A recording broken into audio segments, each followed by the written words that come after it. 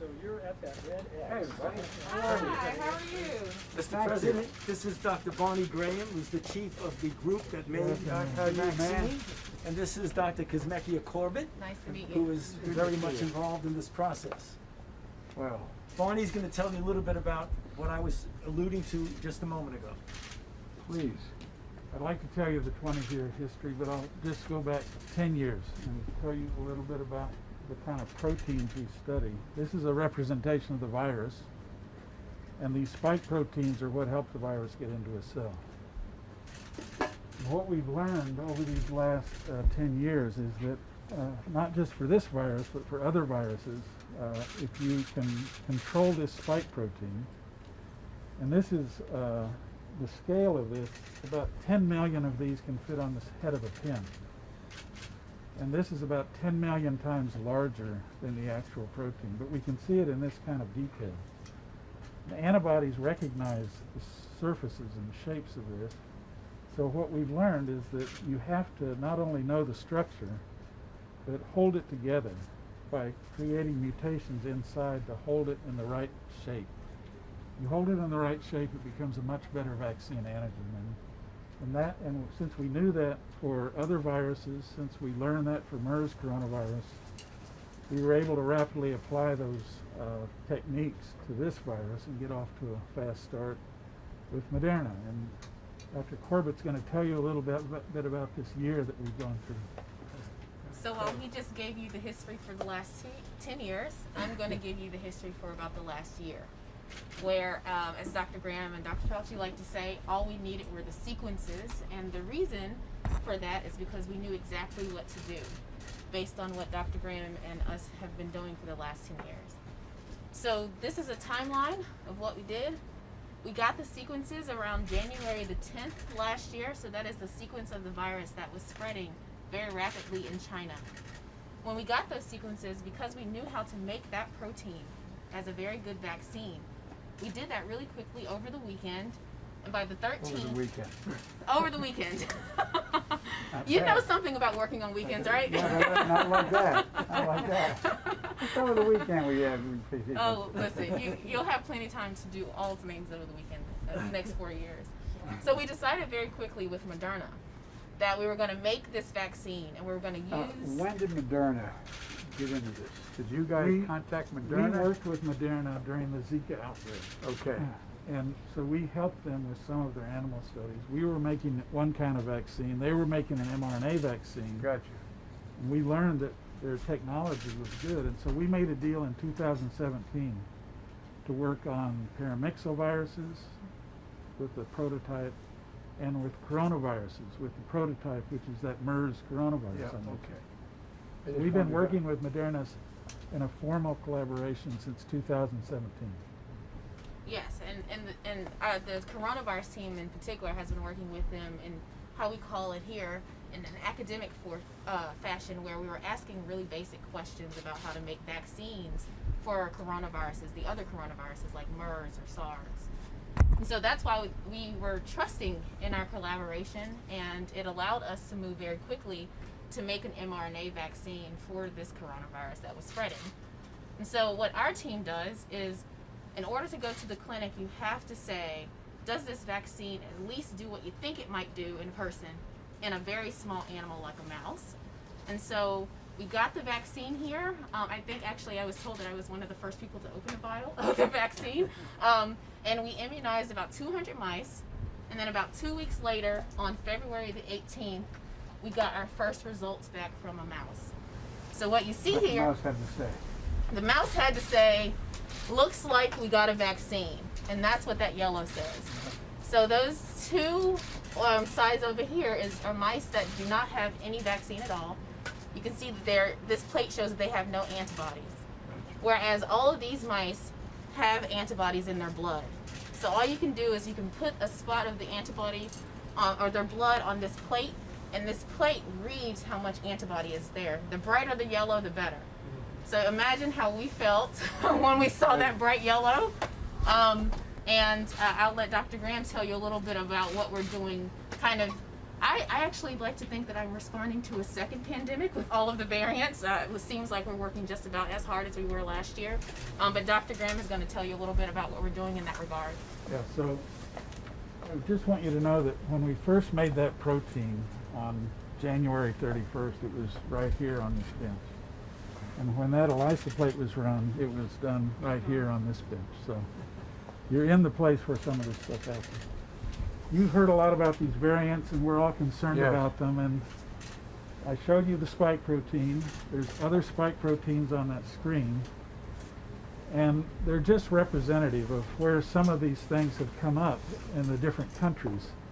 And what we mean by variants is this protein is made up of 1,200 amino acids or more. And each time one of those things changes, it can be a new variant. So this virus will accumulate changes, and you see the little red spots on the screen. Those are some of the amino acids that have been changed. So as this thing accumulates changes, you can imagine that some of these surfaces might change, and so antibodies may not see it as well anymore. But I want you to look at the right side, because that is a spike protein, and we're showing you multiple antibodies binding to it in different places. So it can bind on this knob over here. It can bind to this part up here that reaches out and grabs the cell. And it can bind at different angles. And so when we give the vaccine that's like this, it makes antibodies to the entire surface. So one red spot or two red spots or even 9 red spots are not going to lose efficacy, because the antibodies have a lot of places to bind. Gotcha. It may eventually lose efficacy, but I think we're okay for now until additional mutations accumulate. And it's probable additional mutations will accumulate, isn't it? Or is it? Unless we can keep people from spreading the virus. Every time the Yeah. virus enters a new person, it has a new chance to adapt and Yeah. select, and we have to get the virus load down. That's why we say we want to vaccinate as many people as we possibly can, as quickly as we possibly can. That's why your 100 days of getting 100 million is really important, because if you don't allow the virus to replicate, it's not going to mutate. Well, we're at a position now where I was talking with Jeff. We've been pushing really, really hard with manufacturers to significantly increase in the time frame. Jeff, what do we buy by June? How much We'll do we have have? 400 million doses by June, which is enough to vaccinate 200 million Americans. And then you ordered another 200 million doses Yeah. to be delivered this That's summer. the best way to stop mutations. No, I realize that one, and one of the things is that, you know, it's amazing how quickly things change in terms of people's perceptions, mine included. I know just a little tiny bit about this because I worked with that guy on cancer issues for a long while, because he started the Cancer Institute. Anyway, but what I didn't realize was just how much of the vaccine we were going to have to actually get produced.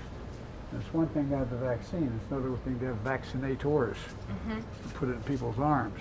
And it's really turned out to be a gigantic logistical issue for us. And I can say, I don't mean it as a criticism, just an observation. When we've been in office now 3 years, no, 3 weeks. It just feels like It 3 seems years. like 3 years. But what happened is that we were led to, if you ever hear anybody talking about transitions between presidents, it's really important. Because we didn't have any access to the transition, as you know, Doc, we talked about it. And so we thought, and we were led to believe, there was a lot more vaccine available than there was. And when I said in the first 100 days, I promised that we would get 100 million shots in people's arms.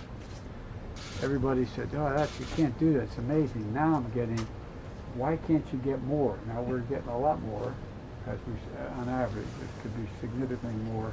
But to get to the place where these guys legitimately always ask me is, when will we have enough vaccine to get 300 plus million people?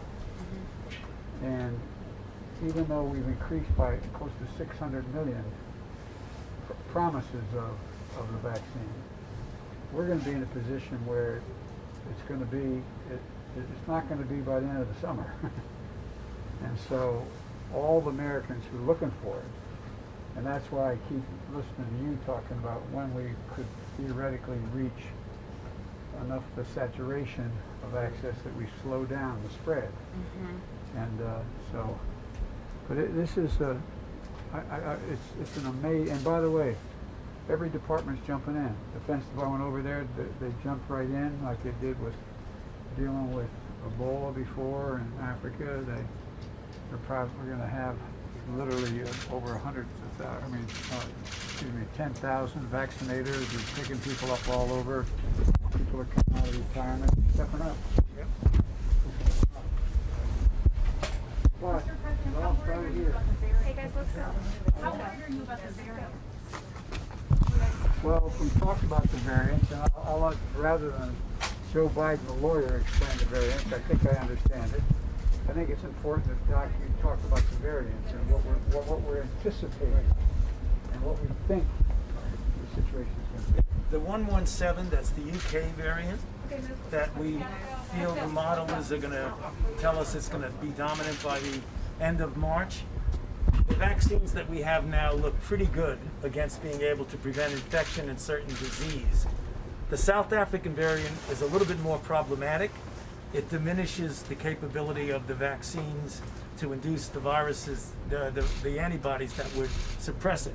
But it doesn't completely eliminate it. And we know that from studies with other vaccines in South Africa where it went down to maybe 50% efficacy, but it was very good in preventing severe disease. In fact, there were no hospitalizations or deaths. Bottom line is we take it seriously, we're following it, and if necessary, we're able to make boosts that reflect the variants in question. Are you upset with the state of the rollout before you got here, Mr. President?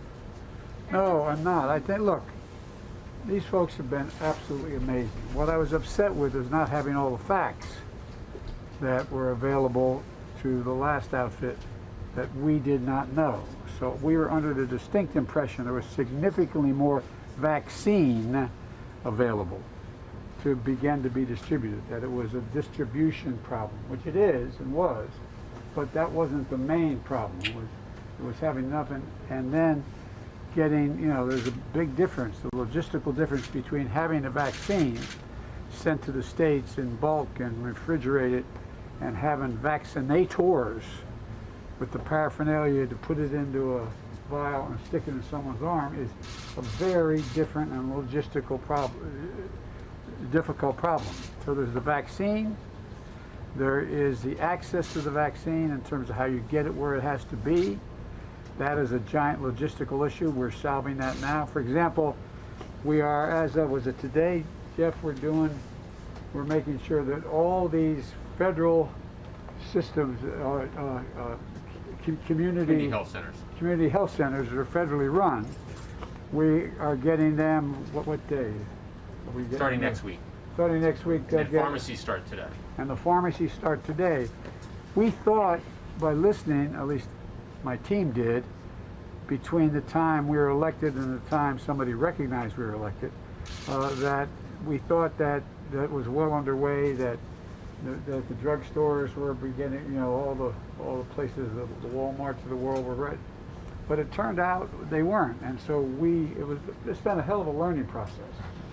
But you have done an enormous, every other scientists I've talked to across the board have said the idea that within less than a year you come up with a vaccine that functions,